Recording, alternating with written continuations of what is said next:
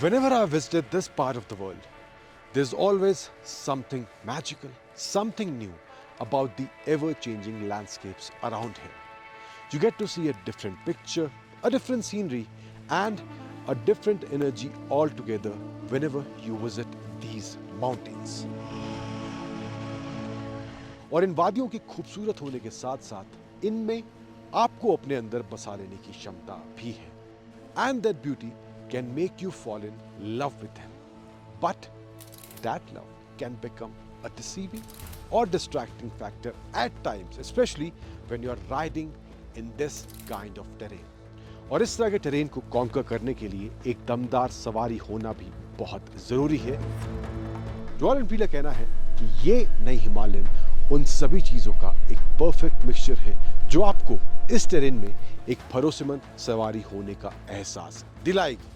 कितना सच है, कितना नहीं है, जानेंगे उन सभी पहलुओं को इस वीडियो में. इस नई हिमालयन को चलाएंगे और परखेंगे किस तरह का परफॉर्मेंस, किस तरह की राइड हैंडलिंग इस नई हिमालयन में देखने को मिलती है.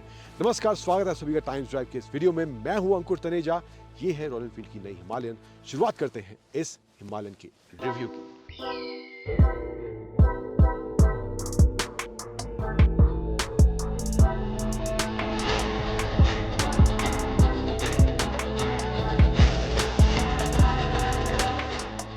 अब इस नई हिमालयन के डिजाइन में क्या चेंजेस हुए हैं, क्या नए फीचर्स इसमें ऐड हुए हैं, ऑफ कोर्स उसकी बात भी करेंगे but in the latter part of the video.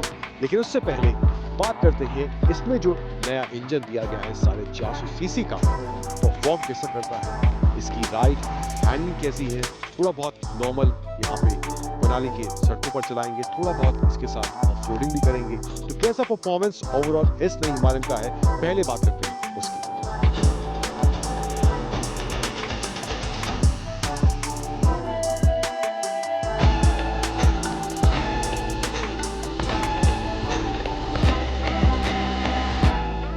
So let's move ahead and talk about the ride experience of the all new Himalayan.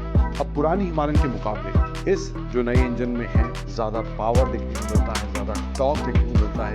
नए features in terms of riding अब इस नई हिमालयन में offer करे गए हैं. जैसे राइड बाय वायर टेक्नोलॉजी इसमें दी गई है, स्विचेबल ABS का ऑप्शन देखने को मिलता है. And also in terms of riding bike पहले से ज़्यादा ऑफ रोड केपेबल एटलीस्ट देखने में लगती है. लेकिन चलाने के बाद कितनी केपेबल है, बात करते हैं.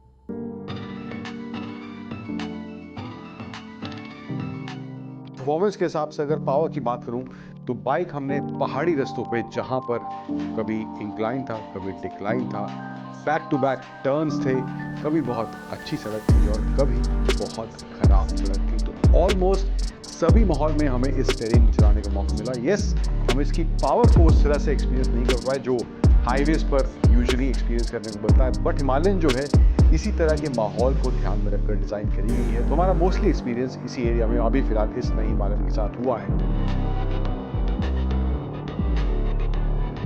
तो ओवरऑल परफॉर्मेंस के हिसाब से बात करूँ, जैसे कि मैं बात कर रहा था इंक्लाइन डिक्लाइन, तो इंक्लाइन के टाइम पे भी आपको ऐसा महसूस नहीं हुआ कि बाइक में पावर की कमी नहीं महसूस हो रही है. इजीली बाइक उस तरह के माहौल के हिसाब से भी पावर डिलीवर करती हुई दिखाई देती है. एंड बाइक की जो ओवरऑल स्टेबिलिटी है वो भी पहले से काफ़ी बेहतर महसूस होती है. कंट्रोल्ड तरह से बाइक चलती हुई दिखाई देती है. कभी कभार आपको लगेगा कि रियर ब्रेक जो है वो थोड़ा जल्दी लॉक हो रही है क्योंकि उसकी बाइट जो है थोड़ी सी शार्प है. And you have to be slightly careful but the bike is forgiving. At times you have to be cautious कि रियर ब्रेक इसका थोड़ा शार्प है और जल्दी लॉक हो जाता है इन केस आप अचानक से ब्रेक लगा रहे हैं तो. एंड वो ब्रेक जब अचानक से लगेगा और सड़क थोड़ी खराब होगी तो उस हल्का सा स्लाइड भी रियर एंड में बाइक में देखने को मिलता है. बट उसके अलावा काफ़ी ज़्यादा कंट्रोल्ड ये नई हिमालयन महसूस होती है. एंड जो बेहद ही खराब रास्ते हैं एंड वहाँ पर भी बाइक एक कंट्रोल्ड राइड वाला भरोसा जरूर देती है.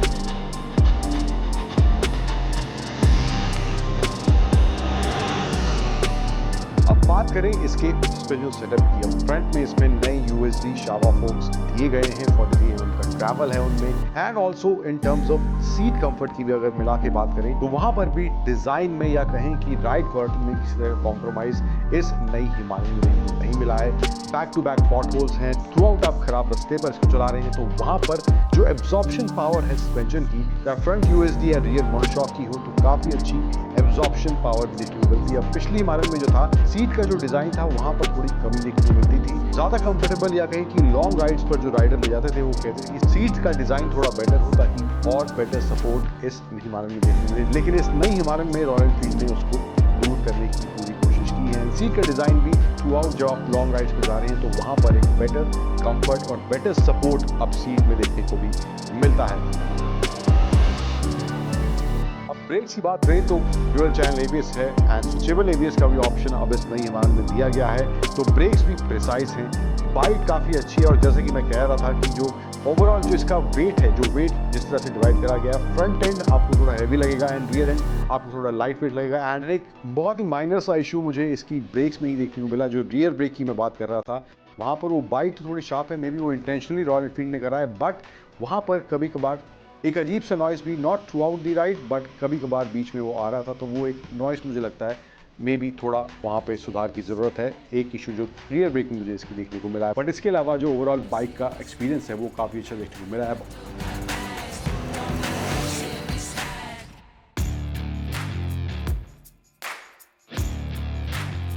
अब बात कर लेते हैं डिजाइन में क्या क्या इस नई हिमालयन में देखने को मिल रहा है। चेंजेस आगे से लेकर पीछे तक हुए हैं, बहुत कुछ बदल गया है। तो फ्रंट से शुरुआत करते हैं तो यहाँ पे इसका ये नया headlamp cluster, fully LED headlamp cluster देखने को मिल रहा है। सेंटर में रॉयल एनफील्ड की ब्रांडिंग देखने को मिल जा रही है एंड ये वाइजर दिया गया है यहाँ पे। अभी फिलहाल ये नॉर्मल साइज़ का है, कहीं छोटे साइज़ का है, बट आपके पास एक और एज एन एक्सेसरी ऑप्शन भी रहेगा।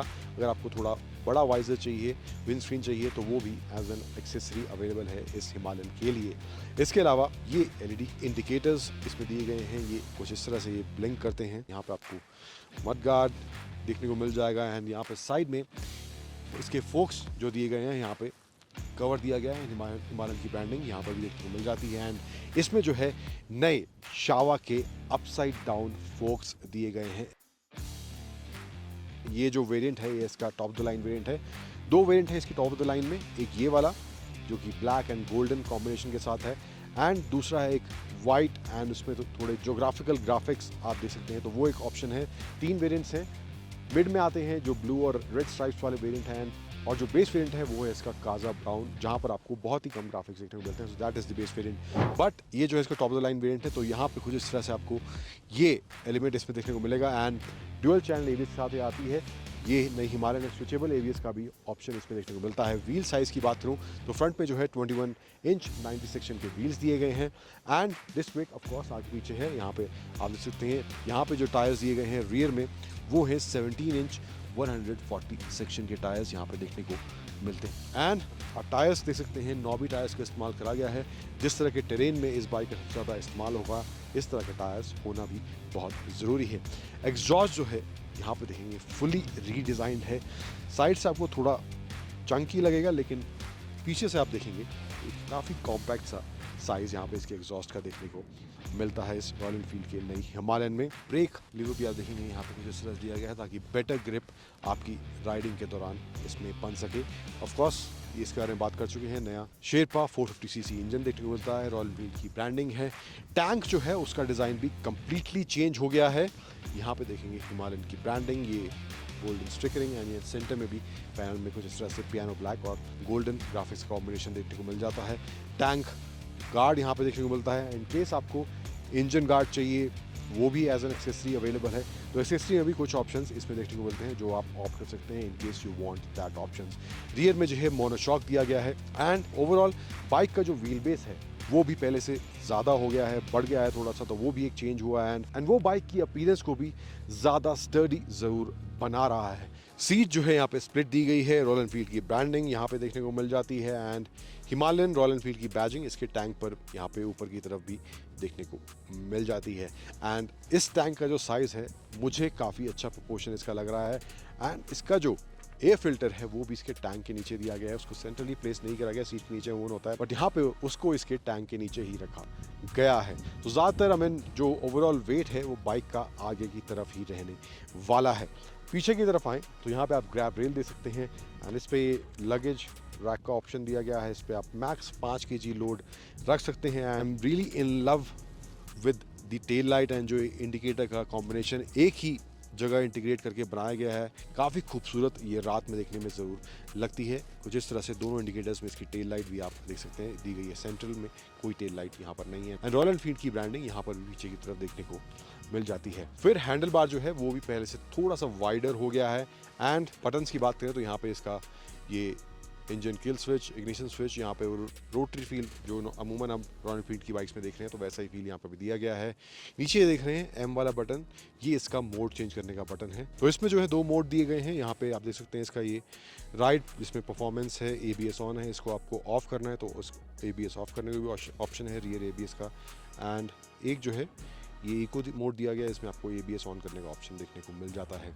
एंड यहाँ पे जो है ये देख सकते हैं इसका स्क्रीन कुछ इस तरह से, यहाँ पे आपको नेविगेशन इसमें देखने को मिलेगा। एंड इसमें जो है आपको जूम इन जूम आउट करने का ऑप्शन भी है, जो कि ये लेफ्ट में जॉयस्टिक आप देख रहे हैं, यहाँ से इसको जूम इन जूम आउट भी मैप हो करा जा सकता है, तो वो भी एक ऑप्शन इसमें दिया गया है। बाकी information, neutral indicator, gear indicator, side stand indicator, speedometer, fuel gauge, and यहाँ पे आपको ओडोमीटर, टाइम, टेम्परेचर, ये सब देखने को मिल जाएगा। एंड टर्न बटन नेविगेशन का भी अलग से डिस्प्ले यहाँ पे इसमें आता है, तो ये भी एक ऑप्शन यहाँ पे इसकी स्क्रीन में दिया गया है। मोड को मैं लॉन्ग प्रेस करूँगा, मोड का जो बटन है उसको लॉन्ग प्रेस करूँगा तो इसका जो लेआउट है डिस्प्ले का वो भी चेंज हो जाएगा। अराउंड 4 इंच का ये इसका सर्कुलर डिस्प्ले इसमें दिया गया है नया। सभी कुछ इसमें इंटीग्रेट कर दिया गया है। पहले जो थे काफ़ी ज़्यादा अलग अलग पैनल्स देखने को मिलते थे जो इसके इंस्ट्रूमेंट क्लस्टर में यूज़ करे गए थे, बट अब सब कुछ एक ही में कर दिया गया है। एंड ये दूसरे लेआउट में आपको ये tachometer, same side stand indicator, gear indicator, time, temperature, ये सब ऑप्शन यहाँ पे देखने को मिल जाते हैं इसके इस दूसरे डिस्प्ले में। एंड इसके अलावा पीछे जो बटन दिया गया है यहाँ पे इसका हैज़र्ड लाइट का स्विच है, जो मैं प्रेस करके हैज़र्ड लाइट ऑन कर सकता हूँ, तो ये भी एक ऑप्शन यहाँ पे देखने को इसमें मिलता है। एंड इसके अलावा लेफ्ट साइड में आए तो यहाँ पे पास स्विच दिया गया है, इंडिकेटर, यहाँ पे नई जॉयस्टिक दी गई है जिससे आप इसके इस क्लस्टर को कंट्रोल कर सकते हैं।